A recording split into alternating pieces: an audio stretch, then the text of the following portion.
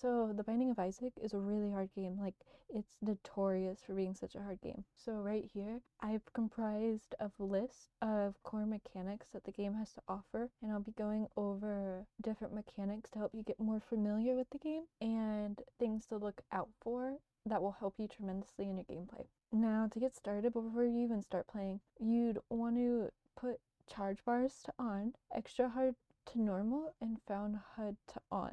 And I put right after parentheses what each thing does, but let's go over the first thing on the list, which is charge bars to on. And so basically why I like this to be on is that whenever you're playing as Azazel, which is an unlockable character, you get after making 3 devil deals in one run, and I'll go over what devil deals are later. But basically, when you unlock Azazel, her core mechanic is that instead of shooting tears like regular Isaac, she shoots vomit instead. And instead of shooting it consecutively, you have to charge her vomit to deal damage on the enemies. And that's the only reason I like charge bars on. I think that's the only game mechanic in which I only have one instance of wanting it on, and that's only as playing as Azazel. But the next thing on the list is extra HUD to normal. Basically, it lets you see what passive items you pick up on your run. Now I'm going to skip down to what passive and active items are real quick. I'm kind of going a little bit out of order, but that's okay. So active items are items that is on your space bar. So every time you press the space bar, it will use. However, active items can either be a one-time use or they can have a charge to them. And the charge, for the most part, only charges after you beat a room. So if you beat a room, the little bar in the corner of the active item goes up 1. And other active items that don't follow this rule are the ones that go up gradually. Like, I believe there's a poop item. There's a poop active item that goes up gradually instead of eating it per room. So there is some items that go up gradually for active items instead of per room, but for the most part it's per room. And another instance of active items being slightly different are one-time use active items. So an example of this would be Arky, and so you can only use the active item once the entire run. After you use it, it disappears for the rest of the run. Except for Arky. I believe that if you restart the run, you have the possibility to get Arky again in your second run. However, for passive items, those are items you pick up and you hold for the rest of the run. So like, if you pick up a damage up, you're gonna hold that damage up. You're gonna have that damage up for the rest of the run. Or if you have an item that gives you spectral tears, so you can shoot over rocks, you're gonna have the ability to shoot over rocks for the rest of the run. And so going back to the settings, putting your extra HUD to normal lets you see every passive item you pick up along your run. But for the next setting that I like to turn on, personally, is found HUD to on. And on the left of the screen, if you turn found HUD to on, it tells you your stats at the current point in the game. And at the bottom of the stats, so it would have like tier rate stats and like how fast you shoot stats and like your speed stats and luck stats. But basically at the bottom of that list, you get to see your devil and angel deal chances. Now this is where I'm going to go over devil and angel deal chances. So throughout the entire run, besides the first floor, so every floor past the first floor for your first run anyway, every single floor besides the first floor, as long as you don't take any red heart damage, a devil deal room will spawn. And inside of that devil deal room, you can have the opportunity to exchange some of your red heart containers for items. So let's say you have 3 red heart containers and you enter a devil deal. Well, inside of a devil deal, there can either be 1, 2, or 3 items, if I remember correctly, on the floor. And there's also a possibility of having red heart spawn. And devil deals have a chance to spawn black hearts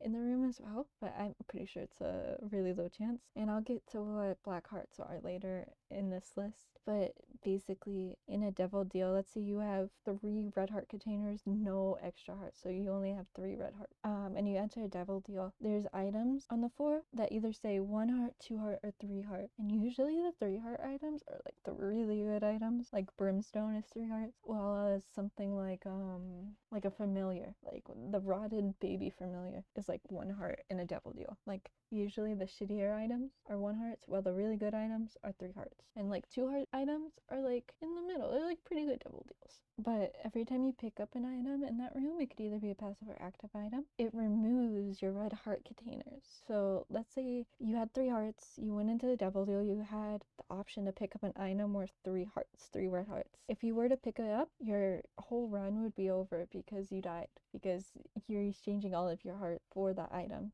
So you would pick up the item, but as soon as you picked it up, you would die. But if you picked up like a 1 heart item, your total heart containers after picking it up would be 2 instead of 3, and you would have that item for the rest of the run. And if you don't go inside of a devil deal, or if you think all the items are really shitty, so you don't pick up any items and go into the next floor and don't take any red heart damage, you have the chance to spawn an angel room. And angel rooms are just like devil deals, except for the fact that the items in those rooms do not cost anything. They are completely free. So you gotta really weigh the options between going into a devil deal, the current point in your game, or just going to the next floor. Because if you go to the next floor, your chances of getting an angel deal are 33%, if I remember correctly. Whereas going into the devil deal and deciding not to buy anything, it will turn into 18%, if I remember correctly. But after you beat the next floor, after like the devil deal spawned, after you go to the next floor and then the next floor, so like 2 floors after the devil deal spawned, 2 floors after it, your angel chances are at either 100% or 50%, if I remember correctly. And to beat the game for the very first time, you have to beat Mom, which is going to be on the 6th floor. And every 2 floors, different monsters appear. So like on the first 2 floors, you'd get something like the Hopper, or like a fly, or like a spider. But on the next 2 floors, you would get something like the Gaper, or like the freaking head that comes at you that looks all scary, has like the blood and stuff on it. And like the next 2 floors, you would have different enemies that spawns. But to beat the game for the first time, you just have to beat Mom. And Mom spawns in this room with 4 doors, and she can like reach out and try to grab you in those 4 doors. So like she can extend her hand and the hand gives you damage, or she can like stomp down with her high heel and give you damage. But before she stomps down with her high heels, you hear her screaming. So it's kind of like a warning sign to like run in a circle in the middle of the room. And we already went over passive versus active items, so we'll go over the different heart types. So there's red heart types, so red heart containers. Those are the ones I was talking about in the devil deal scenario. So for red hearts, if you take damage, you can just like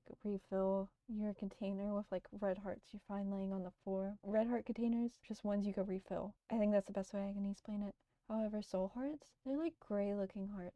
And the only way you can increase your gray looking hearts is if you either have Guppy's Paw or find soul hearts on the floor. So if you're at 3 red hearts and you see a soul heart on the floor and grab it, you're gonna be at 4 hearts now, but the 4th heart is a temporary heart. Like if you take damage and lose that heart, you can't refill it unless you find Guppy's Paw or soul heart. And the same thing for black hearts, except the only way to get black hearts is if you find it on the floor. Guppy's Paw only turns your red hearts into soul hearts. A 1-to-3 ratio, if I remember correctly. So if you use Guppy's Paw, which is an active item, it's an active item that you can use anytime. There's no cooldown on it, so there's no like charge needed for it. It's not a one-time use item. So those are one of the few active items that you can just use over and over again. But anyway, back to the topic. Black hearts are the same as soul hearts. You can only increase them by finding them on the ground. However, when you take damage enough times, so your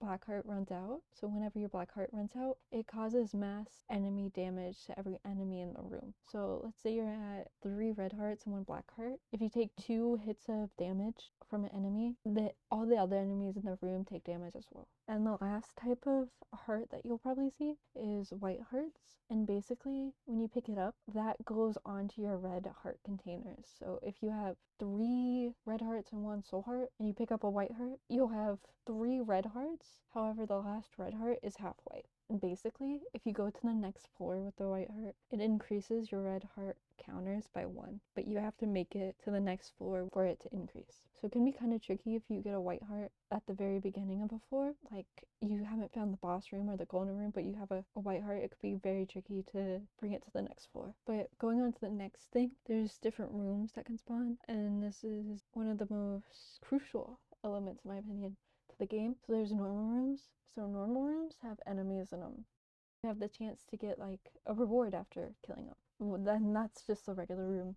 and a boss room is kind of similar to a regular room. So once on a floor, there can only be one boss room unless you get an extra large floor, but I don't believe you can get that whenever you play for the first time. So you can only get one boss per floor, and they have this like really big enemy in it, and it spawns a trap door that if you go in, you'll go to the next floor, and it will also spawn an item. And trapdoors, there can either be two types of trapdoors: trapdoors that have a ladder and trapdoors that do not have a ladder. So every time you defeat a boss, it will always spawn a trapdoor without a ladder. However, if you blow up certain types of rocks, they have the possibility to spawn a trapdoor with a ladder. And if you go down there, you can either get a black market, which is kind of like a devil deal except with more items, or just a regular trapdoor with ladder, which always spawns an item in it. I believe it's items from the treasure room pool, but I could be wrong on that. So that's basically a boss room, and boss rooms after you defeat the boss can spawn devil or angel rooms as well.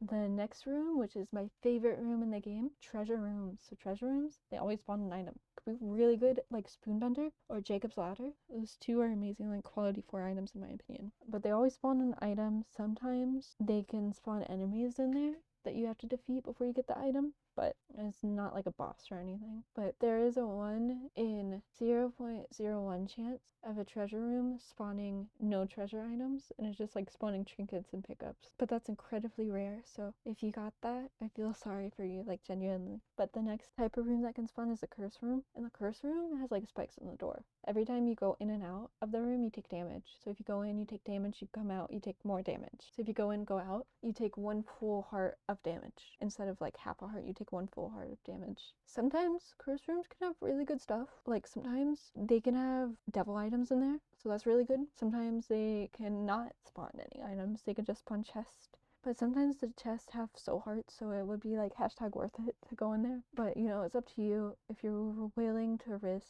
going into a room that costs a full heart of damage to go in and out of. But the next kind of room that can spawn is dice rooms, and dice rooms are kind of rare to spawn, if I'm gonna be honest. They're like the rarest thing that can spawn in this little list right here. But dice rooms, they cost 2 keys to unlock, and if you unlock them, there is usually pickups on both sides of the room, and in the middle there's a dice showing a number. So it could be like a dice showing a 2 or a dice showing a 6. And what I usually just do is go to platinumgod.com, which is like a Binding of Isaac like cheat sheet. That's why I have it at the bottom right here. I go to that website and go all the way to the bottom of the website, and they have a thing that shows you what each dice does. Because if there's a 1 on the dice, it does something completely different than if it was like a 6 on the dice. And there is one dice that's like really, really good. I always step on it if it's that dice. And there's a 1 in 6 chance of you getting a room where if you step on the dice button, so it's like a huge button in the middle with the dice on it.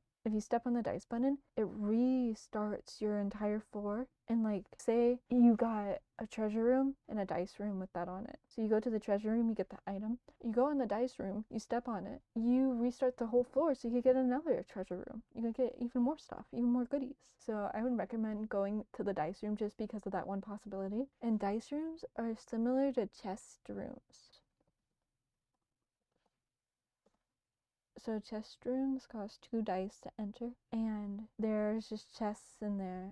You get some goodies, like you could get keys in there. And another room I forgot to write on this little list is a library. I think the library and the dice have equal chances to spawn, but I could be incorrect about that. It feels like they have equal chances though. But the library costs 1 key to unlock, and inside of that room you can get library items, like book items, which are all going to be active items. They're not going to be any passive items to my knowledge anyway. And if you get 3 books, you can transform into a different character. So there's certain items that you could pick up that if you get 3 of, you can transform. Like if you get 3 puberty pills, and if you eat 3 puberty pills, you become an adult and you get HP up and damage up, I believe. And if you get 3 books, you get the bookworm transformation, which gives you damage up or shot beat up. I can't really remember, but one of the two. And there's a bunch of transformations in the game. One of the more common ones is the mom transformation. So you just got to get 3 of mom's items. Like when you pick up an active or passive item, it displays what the name of the item is. And if you get 3 mom items, like 3 items that say the word mom in them, you become mom. And you get this really good item called mom's knife. And you get to like shoot a little knife at some baddies. you can do your inner yandere and get that transformation. But the last type of room that I'll talk about is a sacrifice room. And basically a sacrifice room, it's a black room with a spike in the middle. And if you go on the spike in the middle, you take damage. And if you step on the spikes a certain amount of times, you can get some items and you can fight like some angels. And those angels are like bosses. You only really need to fight them if you're doing a certain ending. But since you're playing this for the first time, you don't need to go above and beyond for it. I would recommend for your first time playing to not like mess with sacrifices too much, because like sure, you could get an angel item, but you would also have to fight an angel. Like, it's hashtag not worth in my opinion. And as well, if you like step on the sacrifice too many times, you can like teleport to the end of the game. Like, you haven't even unlocked the criteria to unlock it yet. Like, it's just hashtag not worth in my opinion. But the next thing on this list is crooked / tainted rocks. And basically they just look like regular rocks except there's an X on them. So a regular rock in Isaac does not have an X, but crooked / tainted rocks do have an X on them. As well, in the first 2 floors, they are slightly off colored. So it's kind of easier to look out for. Okay, and now the hard one. So every floor in Isaac is randomly generated, okay? This whole topic is going to be kind of confusing. And I admit it's going to be kind of confusing, but that's okay.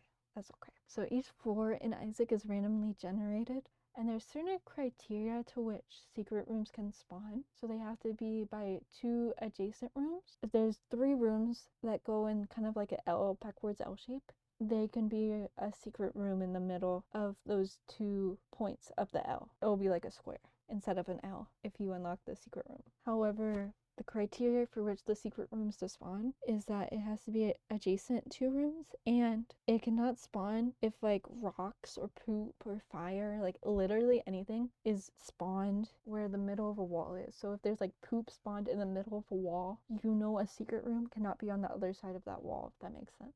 So if you have 2 adjacent rooms and one of the rooms has a poop in the middle of the wall that you think a secret room might spawn in, it's not going to be there because a poop spawned there and it's ruining the whole thing for everybody. So that's basically how you find ultra secret rooms. You just have to find 2 rooms that are connected diagonally, or in rare instances connected on all 4 sides. Like if there's a gap in the middle of a map and there's no space right there, it could be a secret room. However, secret rooms cannot spawn by a boss room. That's the only exception. So if there's like a 4 gap, so if there's like a space gap in between 4 rooms, but one of the rooms is a boss room, it cannot spawn in the middle of those 4 rooms. But that's basically how you find secret rooms. If y'all have any questions, let me know. I will try to link other things because the Binding Isaac Wikipedia does do a good job of explaining how to find secret rooms. However, it's kind of complicated. The same for ultra secret rooms. So ultra secret rooms always spawn by the boss room, and it cannot spawn by 2 rooms. So let's say you got like a L-shaped room and a boss room. So you got a really long room and a boss room. As long as the L-shaped block does not have any other rooms by it besides 1, that's like how you get there, obviously. As long as it does not have any other squares on top of it, the ultra secret room can spawn on top of the L-shaped block. And they always spawn by a boss room. However, they only ever touch 1 wall. So if you find like an empty wall that's by a boss room, chances are the ultra secret room is there. However, the ultra secret room is really rare compared to regular secret rooms, and they're even more complicated. So that's why it's kind of confusing. Same thing with ultra secret rooms. They cannot spawn right next to a boss. Like if there's like a 1 space gap, they can, but if you think a secret room is directly under a boss room, it's not there. So I tried my best to explain ultra secret rooms, but like I said, if y'all still have any questions, let me know and I'll try to explain it in better detail. However, the first time playing, you want to be on the lookout for some good items, because everyone wants some Jacob's Ladder, everyone wants Arky, and everyone wants Chaos. Well, not everyone, but people usually look for those items. Now, some good items to look out for is Spoon Bender, and you'll see like a bent spoon. Pick that up, that's really good. Or Jacob's Ladder, which is like 2 strings and like electricity going through them. Or Arky. Arky is such a good item. So it's like an active item that's 1-time use. It lets you restart the entire game with all the items you have. So it restarts you to the basement 1 in the starting room of basement 1, but with all the items you had at the time of using Arky. It can be really, really good if you wait to use it at like the last second, and so you have all those items, and then you get even more items, you're gonna be super OP. But Arky can only spawn in secret rooms. Each room type right here. They all have different items that can spawn in them, and Archies can only spawn in secret rooms. Unless you have Chaos, then it could spawn in any room. Chaos basically makes every item spawn anywhere. Instead of like, oh, the Archie can only spawn in the secret room. Well, if you got Chaos, it could spawn as a boss item if you got Chaos. It makes every item pool, like every pool in which you can get items. So like you can only get treasure items in the treasure item pool, or you can only get boss items in the boss pool. It makes every item pool combined. So you could get like crazy with it. You could get like Archie, like I said, you could get like Archie in a boss room, or you could get like freaking Mom's Bra in a devil deal, which I would not take if I was y'all. But those are some good items to look out for. Chaos looks like a X. Chaos has 8 points to it. It's red design. It's completely red. It's really good. I would recommend picking that up if it spawns in the shop. So going on to the next item of the list. 3 bosses that can spawn the first time you're playing is Dingle, Gemini, and Peep. So let's go in order. So Dingle, it has 2 attacks to it. So it can either shoot 3 bullets, 1 go into the side, 1 go into the other side, and 1 in the middle. All you gotta do is just go up a little. Go up on your joystick just a little. Wherever he's attacking, just go up a little. You're gonna be fine. You're gonna be Gucci. And the other attack that he does is he just spawns poop, like little poops to attack with him. But those are okay. All you gotta do is just get rid of the poops, attack him when you can, and just go up a little every time he shoots that 3 bullet attack. The next boss that can spawn is Gemini, and it's like a little baby. It's an annoying baby attached to this dude, and if you kill the dude first, the little baby comes at you, like running at you. He's angry because you killed his mom, and what you gotta do for that is just run in circles and attack, and you're fine. Sometimes the baby runs kind of fast though, so you might have to juke him in one of the corners. But other than that, I think that's the only strategy for beating him. And the last boss that can spawn that I'll talk about anyway, there's more bosses that can spawn, but the last one I'll talk about is Peep. When he's at 50% health and 25% health, he removes one of his eyes, and like they like float around the boss arena, so you just have to dodge them while attacking him. And he can also jump in the air and plop right on the ground, and when he plops, bullets fly out from him. Same kind of with Dingle. You just kind of go to the other side of the arena and just go up a little, and you're good. So when he jumps in the air and plops down, you can see where he's popping down. Like there's like a little shadow before he pops down. You just go on the other side of the room while dodging the little eyeballs, and you just go up a little, and you won't get attacked by him. But the last thing on the list that I'll talk about is platinumgod.com. It's a website where you can see a whole bunch of items from the game. It just shows you every single item in the game. So if you pick up an item, don't know what it does, just go to that website and it will tell you what it does. As well, Platinum God shows you what all the dice room items do. As well, Platinum God shows you what all the dice rooms are, which is why I use it. And it also shows you what different cards do. So if you pick up like the lover card, it tells you what that does. And that's pretty much it. If anyone has any questions about how to beat it for the first time, let me know. I know even with this guide, it's still going to be kind of difficult, especially if you're playing on hard for the first time, which I would not recommend. I would recommend you playing on normal. But I know even with playing on normal, it can be pretty difficult for the first time. So if anyone has any questions, leave it in the comments below. And I will see y'all in the next one. Bye bye.